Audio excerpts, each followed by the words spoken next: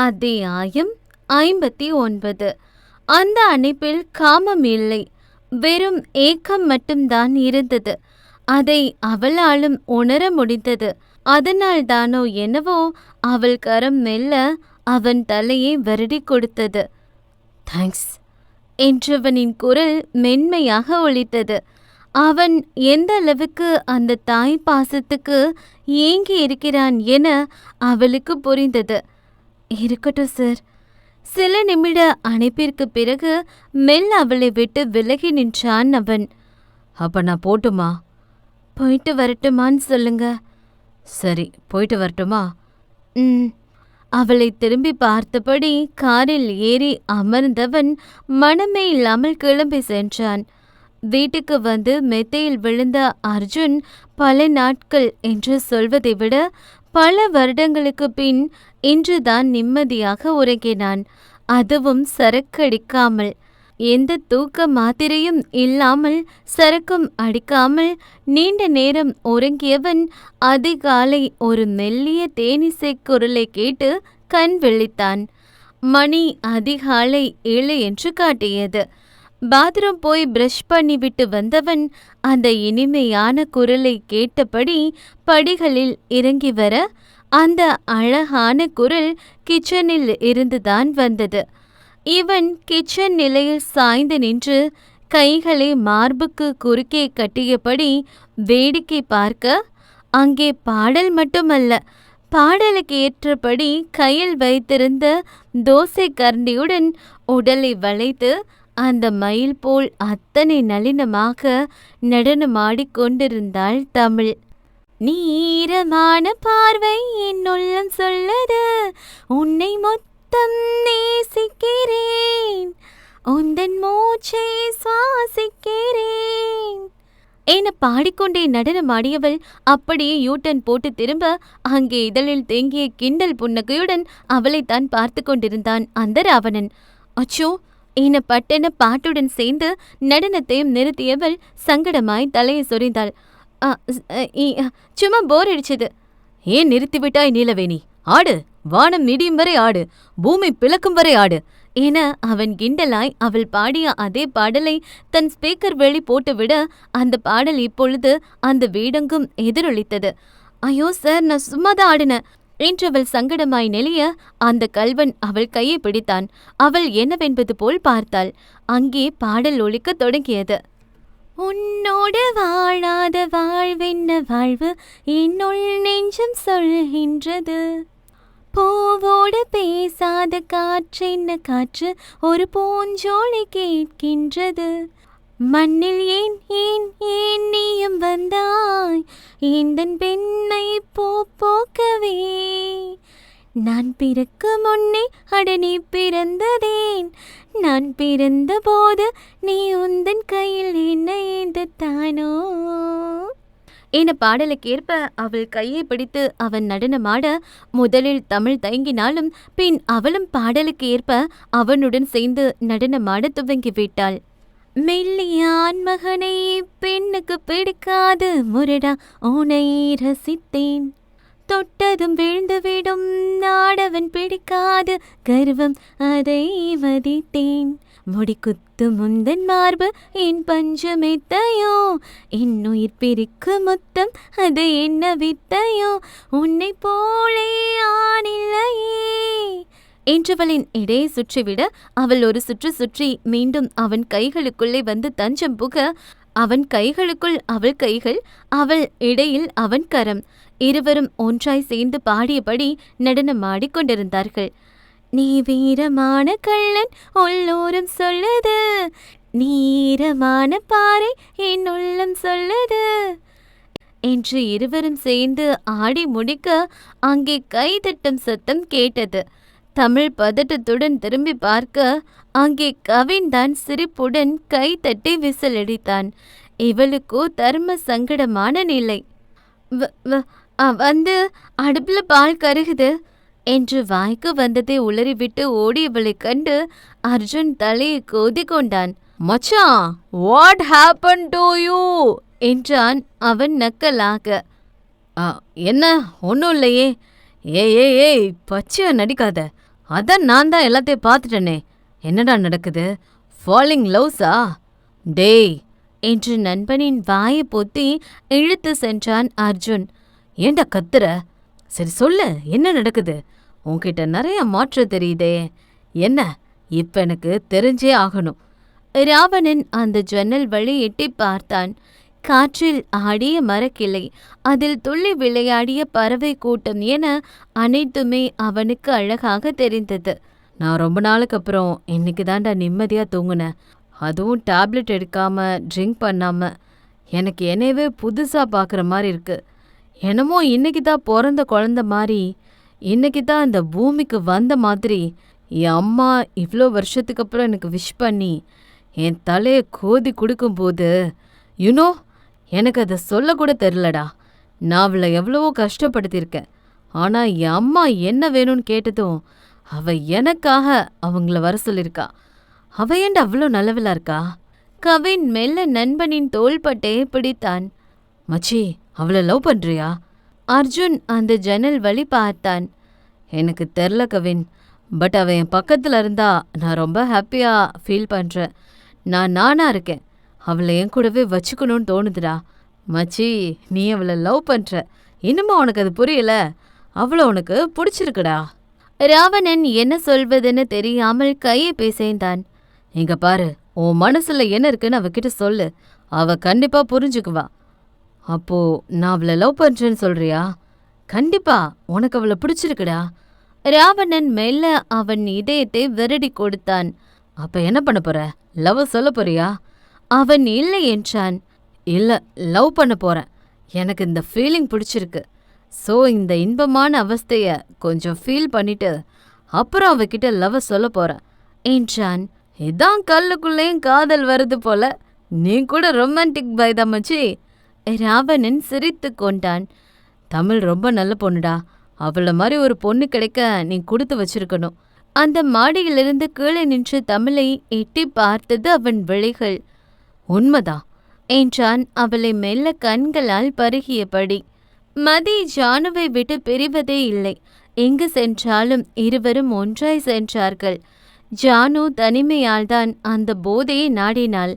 ஆனால் அந்த தனிமை நீக்க ஒருத்தி வந்ததாலோ என்னவோ அவள் கொஞ்சம் கொஞ்சமாக அதிலிருந்து வெளியே வர முயற்சி செய்தாள். இருவரும் ஒன்றாய் சேர்ந்து லைப்ரரி செல்வது, பின் கேண்டீன் செல்வது என இரட்டை கிழவி போல் சுற்றி கொண்டிருந்தார்கள். இதை ருத்தேஷ் கேங்கும் கவனிக்கத்தான் செய்தது. என்ன அந்த ஜானு பொருள் கேட்டு வரவே இல்ல? அவ பொருள் இல்லாம இருக்க மாட்டாளே என்று ருத்தேஷ் கேங்கில் இருந்த ஒருவன் சொன்னதை கேட்டு கண்களிலிருந்த கூலர்ஸை கழட்டி விட்டு அவனை திரும்பி பார்த்தான் ருத்தேஷ். ஜானு பொருள் வாங்கி எவ்வளோ நாளாச்சு? 2 நாள். அருகில் இருந்தவன் சொல்லி முடிக்கும் முன் அவன் கன்னத்தில் இடியென இறங்கியது அவன் கரம். 2 நாள் அவ பொருள் வாங்கலனா நம்ம தொழில் சரிய தொடங்குதுன்னு அர்த்தம். ஆனா ஒருத்தி வாங்காம போறதால என்ன ஆயிடப்போகுது? ஒருத்தியால நம்ம பொருள் இல்லாம 2 நாள் இருக்க முடியுதுன்னா நம்ம பொருள் குவாலிட்டி குறையுதுன்னு அர்த்தம். இதை இழுக்காம சுவாசிக்க கூட முடியாத ஒரு நிலையை உருவாக்கணும். அவர்கள் புரியுது என்பது போல் தலையாட்டினார்கள். நீங்க என்ன பண்ணுவீங்களோ எனக்கு தெரியாது. அவ பொருள் வாங்கணும், போடணும், புரியுதா? அவர்கள் சரி என்றார்கள். அந்த கூட்டத்தில் இருந்த ஒருவன் இன்னொருவனிடம் கேட்டான். ஏண்டா, ருத்தேஷா இந்த போதைப் பொருள் சப்ளைக்கு ஹெட்டா? இல்லடா, இதுக்கு பின்னாடி ஒரு பெரிய தலைக்கட்டு இருக்கு. இதுக்கு யார் ஹெட்டுன்னு உள்ள இருக்கவங்களுக்கே தெரியாது. ஆனா எனக்கு ஒன்று மட்டும் தெரியும். எல்சா காலேஜ் தெரியுமா? ஐயோ, அது பெரிய காலேஜ் ஆச்சே. அங்கே பல கொடூரம் நடக்குதுன்னு சொல்வாங்க. ஆனால் வெளியே வராமல் மூடி மடிச்சிருவாங்களாம். பெரிய பணக்கார பசங்க மட்டும் படிக்கக்கூடிய காலேஜ். ஆமாம், அந்த காலேஜில் இருக்க ஏதோ ஒரு டிபார்ட்மெண்ட் கேங் தான் ருத்தேஷ்க்கு இந்த பொருளை சப்ளை பண்ணுறாங்க. ருத்தேஷ்க்கு ஹெட்டே அவங்க தான். அது மட்டும்தான் எனக்கு தெரியும். அப்போ அங்கே இன்னும் நிறைய சம்பவம் நடக்கும்னு சொல்லு. சொல்ல முடியாத அளவுக்கு அங்கே மன்னிப்புக்கு இடமே இல்லையா என அவன் சிரித்தபடி சொன்னான். அத்தியாயம் 60. அன்று வெள்ளிக்கிழமை என்பதால் தமிழ் ரம்யாவின் தாவணி பாவடையை கடன் வாங்கி அணிந்து கொண்டவள் தலைக்கு குளித்து வந்து முடியை கோதி கொண்டிருந்தாள் கோவில் செல்வதற்காக. தமிழ், முடி ரொம்ப கொட்டுதுடி. பேசாம பாப் கட்டிங் வெட்டிக்கலான்னு இருக்கேன். நீ என்ன சொல்ற?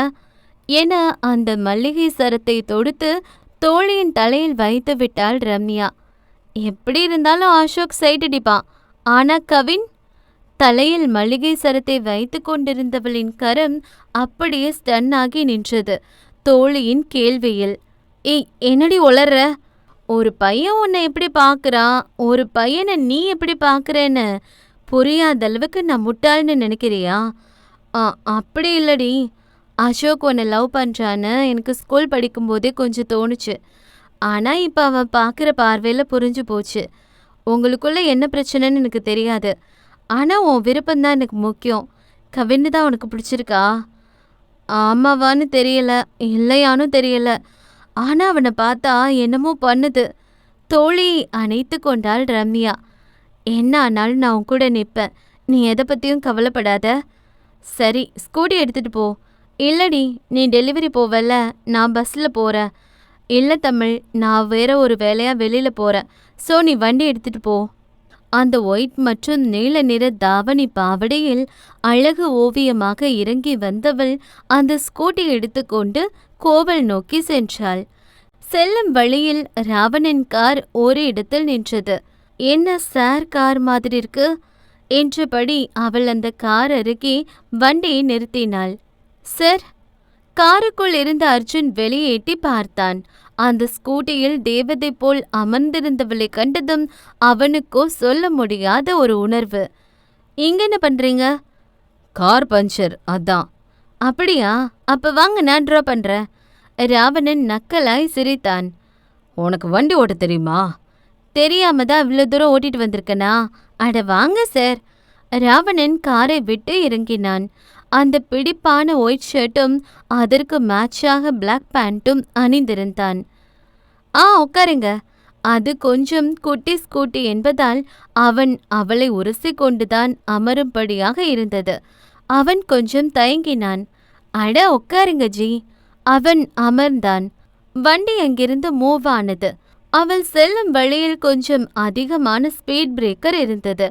சார், நான் மெயின் ரோட்ல போகல, அதனால்தான் ஸ்பீட் பிரேக்கர் இருக்கு. நீங்க பின்னாடி பிடிச்சுக்கோங்க. ஒவ்வொரு முறை வண்டி தூக்கி போடும் போதும் அவன் எங்கே பிடிப்பதென்னு தெரியாமல் ஒரு கட்டத்தில் பட்டென பெண்ணவளின் இடையை பிடித்து விட்டான். அதுவும் அவளுக்கு கொஞ்சம் கொழுத்த இடை போலும் இல்லாமல், இலியானா இடை போலும் இல்லாமல், கொஞ்சம் பூசினார் போல் இடை என்பதால் அவனுக்கு அது இன்னும் வசதியாக இருந்து விட்டது போலும். அவள் வெற்று இடையில் அவன் கரம் பட்டதும் பெண்ணவள் அதிர்ச்சியில் பட்டென வண்டியை நிறுத்திவிட்டாள். என்னாச்சு என்றவனுக்கு தெரியும் அவள் எதற்கு வண்டியை நிறுத்தினாள் என்று. ஆனாலும் அந்த பொறுக்கி பையன் இடையிலிருந்து மட்டும் கையை எடுக்கவே இல்லை. கை என்றால் அவள் கொஞ்சம் தயங்கி. என்ன கை? தெரிஞ்சும் எப்படி தெரியாத மாதிரி ஆக்ட் பண்றான் பாருங்க. அங்கே நிற்கிறான் நம்ம ஹீரோஜி. உங்க கை என் இடுப்புல இருக்கு என்றாள் அவள் தயக்கமாய். ஓ என்றவன் மனமே இல்லாமல் கையை எடுத்தான். அவன் ஒன்றும் பொண்ணுங்க இடுப்பை பிடிச்சிடாத யோகியம் இல்லைதான். ஆனா அவ மற்ற பொண்ணுங்க மாதிரி இல்லைல்ல. அது மட்டும் இல்லாம எந்த பொண்ணு இடுப்பை பிடிச்சதுக்கும் அவன் இவ்வளோ எக்ஸைட்மெண்ட் ஆனதே இல்லை. என்னமோ இப்பதான் 18 வயசு பையன் மாதிரியும் புதுசா மீசை முழிச்சு வயசுக்கு வந்த மாதிரியும் அவனுக்குள்ள என்னவோ ஒரு புதுவிதமான ஃபீலிங்ஸ். அவனுக்கே அப்படின்னா இதுவரைக்கும் ஆணின் கரம்படாத தமிழுக்கு எப்படி இருக்கும்? அந்த ஸ்கூட்டியின் முன்பக்கம் கண்ணாடி வழி அவன் கண்கள் பெண்ணவளை ரசித்தது. அவள் கவனம் அந்த சாலையில். ஆனால் அவன் கவனம் எல்லாம் அவள் மீது மட்டும்தான். அவன் ஒன்றும் தெரியாமல் கார் பஞ்சராகி நிற்கவில்லை. அவள் இன்று கோவில் போவாள், அதுவும் இந்த வழியாகத்தான் போவாள் என்று தெரிந்தேதான் வண்டியை பஞ்சராக்கி காத்து கொண்டு அவளுக்காக நின்றான். எல்லாமே செட்டிங் சாரே. சார், நீங்க எங்கேயாவது முக்கியமா போகணுமா? ஏன், உனக்கு முக்கியமான வேலை இருக்கா? கோவில் போகணும் சார், அப்புறம் நட சாத்திடுவாங்க. நம்ம கோவில் போயிட்டு போலாமா? சரி என்றான் அவன் மெல்லமாய். அவள் வண்டியை கோவில் முன்னே நிறுத்தினாள். வாங்க சார், என அவள் மட்டுமே உள்ளே செல்ல அர்ஜுன் வெளியே நின்று கொண்டான். வாங்க சார். நீ போ, எனக்கு இதுல பெருசா நம்பிக்கை இல்ல. அப்போ அன்னைக்கு வந்தீங்க? எப்போ?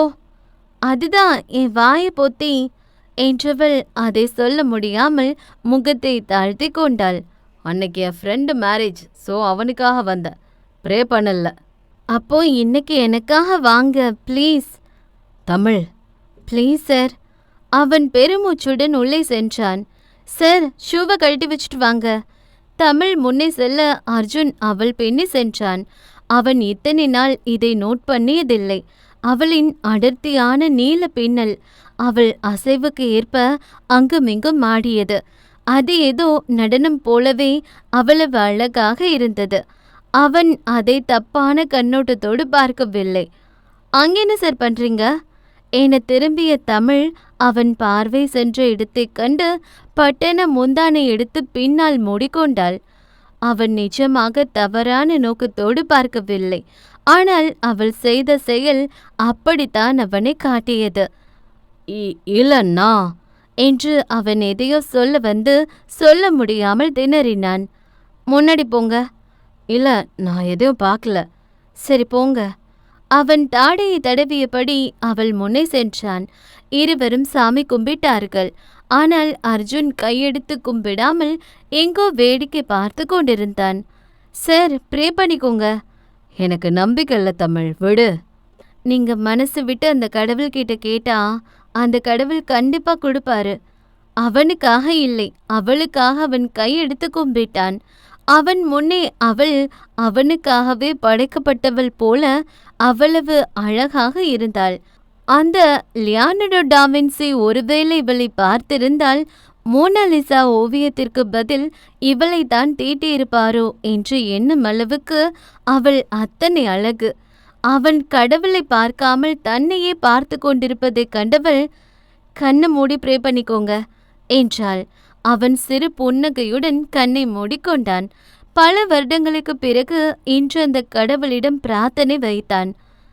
எனக்கு உன் மேல நம்பிக்கை போய் பல வருஷம் ஆச்சு. ஆனா இப்ப என் வாழ்க்கையில தென்றலா ஒரு பொண்ணு வந்திருக்கா. இத்தனை வருஷம் கிடைக்காம போன நிம்மதி, சந்தோஷம் எல்லாமே அவ மூலமா எனக்கு கிடைக்குது. நான் நானா இருக்கேன். எனக்கு பெருசா எதுவும் வேணாம். அவளுக்கு என்னை பிடிக்கணும். நான் அவ கூட சேர்ந்து வாழணும். எந்த சூழ்நிலையிலையும் அவ என்னை விட்டு போகக்கூடாது என வேண்டிக் கொண்டு அவன் கண்ணை திறக்க அவன் நெற்றியில் குங்குமத்தை வைத்து விட்டாள் தமிழ். அது மட்டும் இல்லாமல் அவன் மூக்கில் ஒட்டி இருந்த குங்குமத்தை மெல்ல ஊதிவிட்டாள். அவள் மோதிர விரல் கொண்டு அந்த போனை பார்த்து நெற்றியில் குங்குமம் வைக்க முயற்சி செய்தாள். ஏப்பா தம்பி, உன் பொண்டாட்டி தான் குங்குமம் வைக்க சிரமப்படுதே, நீ வச்சு விடப்பா ஏன அந்த பக்கம் சென்ற ஆன்டி ஒன்று சொல்ல, ஐயோ இல்லைங்க நாங்க என்று தமிழ் மறுத்து பேச வந்தாள். அட இருமா, புருஷன் கையால குங்குமம் வச்சுக்க எல்லா பொண்ணும் தவம் கிடப்பாங்க, நீ வச்சு விடுப்பா என்றவர் ராவணன் முன் அந்த குங்குமத்தை நீட்ட தமிழ் படபடக்கும் விழிகளுடன் அவனை ஏறிட்டாள். ராவணன் மனதுக்குள் அந்த ஆன்டிக்கு 1000 நன்றி சொன்னான், இப்படி ஒரு வாய்ப்பை ஏற்படுத்தி கொடுத்ததற்கு. வேணாம் என்பதை போல் அவள் கண் காட்டினாள். ஆனால் அதெல்லாம் எங்கே ராவணனுக்கு புரிந்தது. அவன் மெல்ல அந்த குங்குமத்தை எடுத்து அவள் நெற்றி அருகே கொண்டு சென்றான். சார் வேணாம், புருஷன்தான் பொண்டாட்டிக்கு குங்குமம் வைக்கணும். அவள் அவனுக்கு சொல்லி முடிப்பதற்குள் அந்த குங்குமத்தை அவள் நெற்றியில் வைத்து முடித்திருந்தான் அர்ஜுன். தமிழ் மெல்ல அந்த குங்குமத்தை தொட்டு பார்த்தாள். நல்ல பிள்ளைங்க, ஆனா உங்க ஜோடி பொருத்தம் அம்சமா இருக்கு, என் கண்ணே பட்டுருச்சு என அந்த ஆன்டி இருவருக்கும் சுத்தி போட்டு விட்டு செல்ல அவளோ தயக்கமாய் அந்த கோவில் முன்னாடி கண்ணாடியில் அவள் நெற்றியிலிருந்த குங்குமத்தை பார்த்தாள். அவள் அம்மா சொன்னது அவளுக்கு ஞாபகம் வந்தது. ஒரு அண்ணி உனக்கு குங்குமம் வச்சா அவன் உன் புருஷனா மட்டும்தான் இருக்கணும். அத்தியாயம் 61. நீங்க எதுக்கு எனக்கு குங்குமம் வச்சிங்க? நீ எதுக்கு எனக்கு குங்குமம் வச்ச? அதுவும் இதுவும் ஒன்னா? ஆமா, நெத்தி, இதுல என்ன வித்தியாசம்? நான் பொண்ணு, நீங்க பையன். என்னப்பா அது நியாயம்? ஆணும் பொண்ணும் சமம்னு சொல்றீங்க, அப்புறம் நீங்களே பிரிச்சு பேசுறீங்க. ஐயோ, நான் எப்ப பிரிச்சு பேசினேன்? இதோ இப்போ பிரிச்சு பேசுறியே. ஐயோ சாமி, ஆள விடுங்க என்று பெரிய கும்பிடு ஒன்று போட்டவள் அந்த தேங்காயை உடைத்து அவளும் உண்டு கொண்டு அவனிடமும் நீட்டினாள். பொதுவா கோவில் இருந்தா பொண்ணுங்க வர்றது சகஜம்தான். ஆனா இப்படி ஒரு அழகான ஆண்மகன் வர்றது அரிதுதானே. அதனால என்னவோ அங்கிருந்த கன்னி பெண்களோட கண்கள் எல்லாம் அவள் மேலதான் இருந்துச்சு. அர்ஜுன் சார், ஆ, உங்களுக்கு எல்லா இடத்துலயும் ஃபேன்ஸ் அதிகமா இருக்காங்க போல. ஏன் அப்படி சொல்ற? அங்கே பாருங்க, கன்னி பெண்கள் கூட்டம் உங்களை சுத்தி தான் வட்டம் போடுது. ராவணன் அப்பொழுதுதான் பார்த்தான். அங்கிருந்த பல அழகான பெண்களின் கண்கள் அவன் மீதுதான் இருந்தது. அவர்களை பார்த்துவிட்டு அப்படியே தன்னவள் பக்கமாய் திரும்பினான்.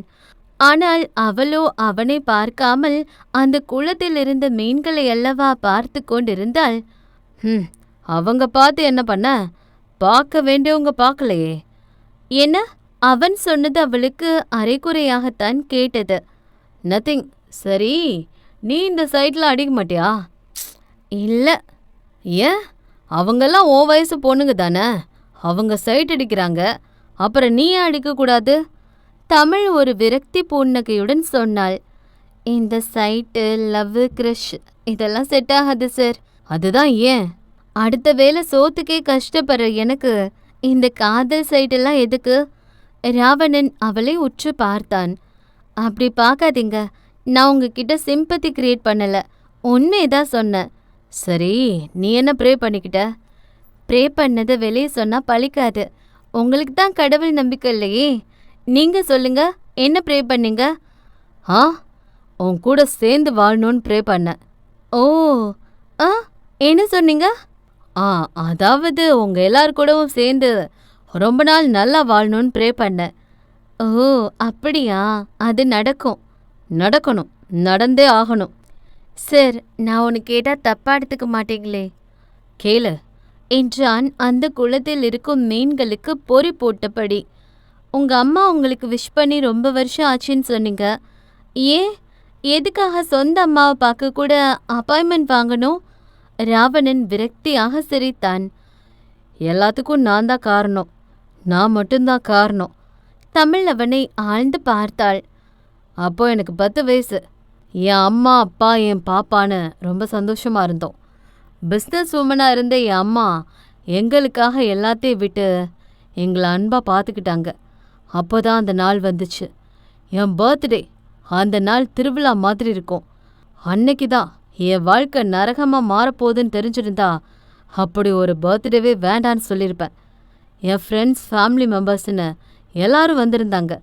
என் பாப்பாவுக்கு 3 வயசு தான். அழகாக சிரிப்பா, என் மேலே ரொம்ப பாசம், என்னை விட்டுட்டு இருக்கவே மாட்டா. என் பாப்பா தான் எங்கள் வீட்டோட சந்தோஷம். ரொம்ப முக்கியமானவங்க வந்திருந்தாங்கன்னு சொல்லி என் அம்மா பாப்பாவை என்கிட்ட கொடுத்துட்டு போனாங்க. கொஞ்ச நேரம் பார்த்துக்க சொன்னாங்க. ஆனால் நான் விளையாட்டு ஆர்வத்தில் அவளை மறந்துட்டேன். கொஞ்ச நேரம் கழித்து பார்த்தா என் பாப்பாவை காணோம். எல்லா இடத்துலையும் தேடி பார்த்தோம், ஆனால் அவள் கிடைக்கவே இல்லை. 2 நாள் கழித்து ஒரு குப்பை தொட்டியில் எங்கள் பாப்பா ட்ரெஸ் போட்ட ஒரு குழந்தை பாடி கிடச்சிது. மொத்தமாக கருகி போய் கிடச்சிது.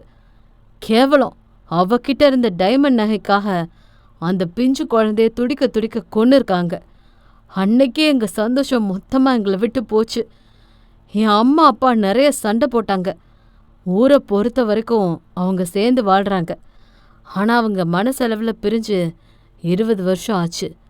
எல்லாரும் சொல்கிறாங்க நான் ரொம்ப லக்கி, என் பேரண்ட்ஸ் என் மேலே பாசமாக இருக்காங்க, நான் என்ன கேட்டாலும் எனக்கு உடனே கிடைக்குதுன்னு. ஆனால் எனக்கு மட்டும்தான் தெரியும் அவங்க என்னை வெறுத்து ரொம்ப வருஷம் ஆச்சுன்னு. என் தங்கச்சி சாவுக்கு நான் தான் காரணம்னு நினைக்கிறாங்க. நான் என்ன கேட்டாலும் அதுக்கு முன்னாடி எனக்கு கிடைக்கும். ஆனால் என் அம்மா கூட ஒரு நேரம் உட்காந்து சாப்பிட அவங்களுக்கு டைம் கிடைக்காது. என் கூட அவங்க பேசி சிரிச்சது மறந்தே போச்சு. அவங்க கூட 5 நிமிஷம் பேசணுன்னா கூட அதுக்கு நான் பிஸ்னஸ் மேனாக இருக்கணும். அதுக்கப்புறம்தான் எங்கள் சித்தப்பா பொண்ணு மேனகாவை தத்தெடுத்தாங்க. ஆனாலும் அவங்களாலேயோ என்னாலேயோ பாப்பாவை மறக்க முடியல. ஒரு கட்டத்துக்கு மேலே எல்லாரும் சொல்கிற மாதிரி நான் கெட்டவன் தான்னு நானே நம்ப ஆரம்பிச்சிட்டேன். எனக்கு என் மேலே கோபம், வெறுப்பு. அதை எப்படி காட்டுறதுன்னு தெரியாம ட்ரிங்க்ஸ் ட்ரக்குன்னு லைஃப் நரகமா மாறிடுச்சு. பசங்களும் நான் கெட்டவன்னு சொல்லி என் மனசுல பதிய வச்சிட்டாங்க. நான் மட்டும் அன்னைக்கு என் பாப்பாவை விடாம இருந்திருந்தா இது எதுவுமே நடந்திருக்காதுல்ல. தமிழ் மெல்ல அவன் கையை பிடித்தாள். ராவணன் அவள் தோளில் சாய்ந்தான். சார், நீங்க நிறைய தப்பு பண்ணிருக்கலாம். ஆனா அது உங்க தப்பு இல்ல.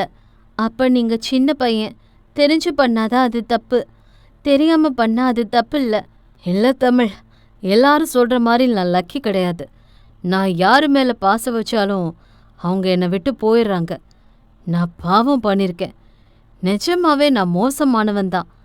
தமிழ் அவன் கன்னத்தை பிடித்தாள். Sir, look at me. என்னை பாருங்க. நீங்க அப்படி இல்லை. இல்லை, நான் மோசமானவன் தான்.